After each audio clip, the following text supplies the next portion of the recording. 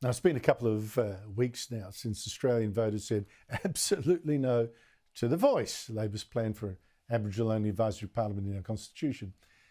But I still not have heard a single one of the main campaigners for this racist idea put up their hand and say, fair cop, you're right, it was a dumb idea to divide Australians by race. Instead, the sulking and the insults. I mean, today it was the turn of Stan Grant in a speech he's given complaining that now that the Voice has been defeated, really defeated, 60% to 40, we've even hurt his children.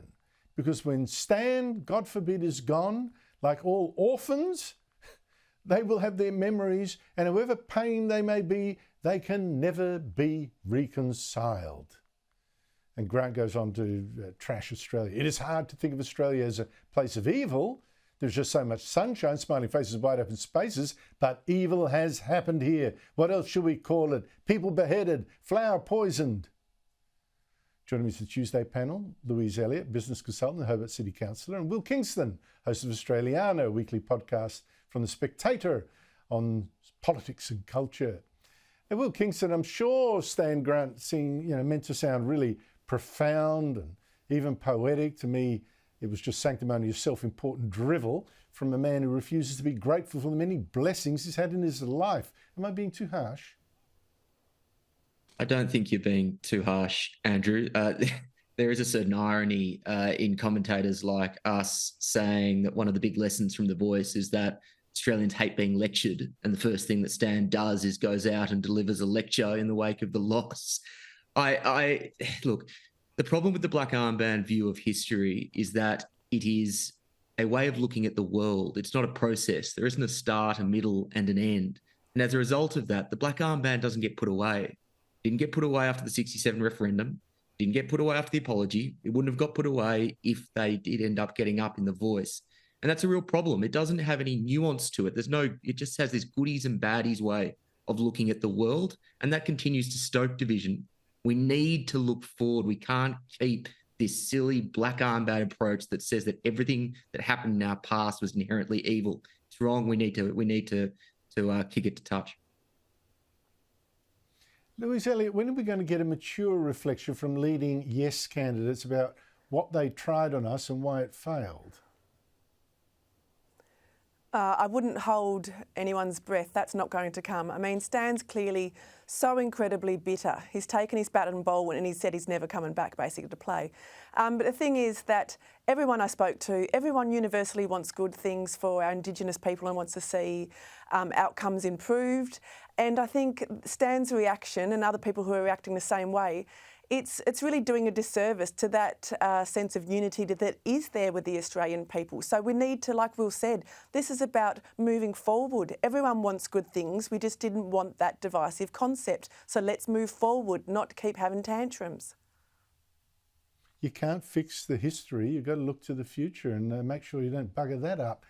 Will, I've reported on a number of prominent Australians now, including politicians who claim to be Aboriginal when there's not a single known Aboriginal ancestor in their family tree. Bruce Pascoe, perhaps the most prominent example.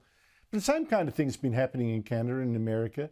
Now in America, the latest scandal, an investigation that's concluded that the singer-songwriter Buffy St. Marie, who claimed to be a Native American, was hailed as the first Indigenous winner of an Oscar for the song Up Where We Belong, actually appears to be the daughter of white parents. That's according to a CBC News report. Well, she still denies it, but her brother had tried to tell journalists about this, but she allegedly warned him back off or should accuse him of sexually abusing her as a child. Will, why is it that you don't get black people pretending to be white, but you sure do get a lot of whites pretending to be black, or in this case, Native American? Because victimhood confers status in 2023, Andrew. Back in the day, you'd buy a Porsche or a big house if you wanted to demonstrate status in society. Now you align yourself with a marginalised group. And that's a real problem. That's a real problem because it continues this perverse incentive to have things like racism in society or to have discrimination. Because if you can keep this industry going, and I don't use that word lightly, this has now become a victimhood industry across the West. There is a perverse incentive for people to continue that narrative. We need to push back against this sort of stuff. Of course, you can laugh at it because it is innately ridiculous. But there's a serious point here, and that is if you don't push back on it, then it continues this perverse incentive for these sorts of kind of narratives to continue, and that's a really bad thing. It's strange, isn't it, though, Louise? When it happens in America, usually, like you got with Elizabeth Warren, the senator, presidential candidate for a time, when they're found out, there's a shaming, there's an apology, there's something. But in Australia, I've called out a number of people. Not one has said, whoops, you got me, I apologise, resigned, Bruce Pascoe's sacked, It's just incredible. What is the difference? Well, the difference is that there's some sort of immunity. You're not allowed to ask questions, even when there's glaring questions to be asked. But Will's exactly right. This comes down to there's something to gain, whether it's financial or notoriety or a point of difference. And it seems for some people, it's the more minority hats they can stack on, the better. So, and I completely agree with Will that it needs to end, and hopefully it's running its course, because it's become so passé now. It's so obvious what's happening that people really wanted to see just be yourselves, just be genuine and authentic. Let me stay with you for a second, Louise, because this is about Tasmania. Yet another sign of real trouble for Labor's planned green energy revolution. There's plans for a wind farm have been scrapped. Wind farm near the beautiful north coast town of Stanley. I really enjoyed my visit there, next to the landmark known as the Nut. The developers now say, well, the wind farm is too small to fit in our plans anyway. But the locals are claiming this is a big win for the 2-year campaign to fight it. How do you see it? Well, Tasmanians, we do love to put up some resistance. I actually think it's a bit of a coming of age right, is that you get a bunch of placards that you can use for whatever cause happens to come your way. But in all seriousness, Tasmanians love their environment and we do a great job to protect it. But obviously there's a balancing act when it comes to this renewable energy argument, and Tassie's lucky in having renewable energy already. But I would certainly not want to be a community engagement officer on a wind farm or other big projects in Tasmania. It's tough going.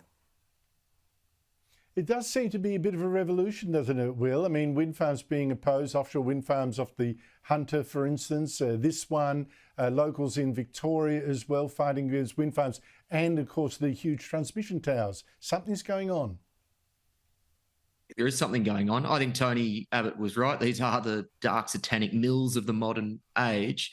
Look, the point that this, I think, raises is that we don't think of second-order consequences when we put these sorts of things in, and a lot of the time we don't think about, for example, the kind of child labour in mines in the Congo. When you're thinking about cobalt for electronic batteries in cars, we don't think about the impact that wind farms have on the environment when you put them in. And a lot of the time, when you do think about the second-order consequences, the business case doesn't stack up, and they don't make sense from an environmental perspective.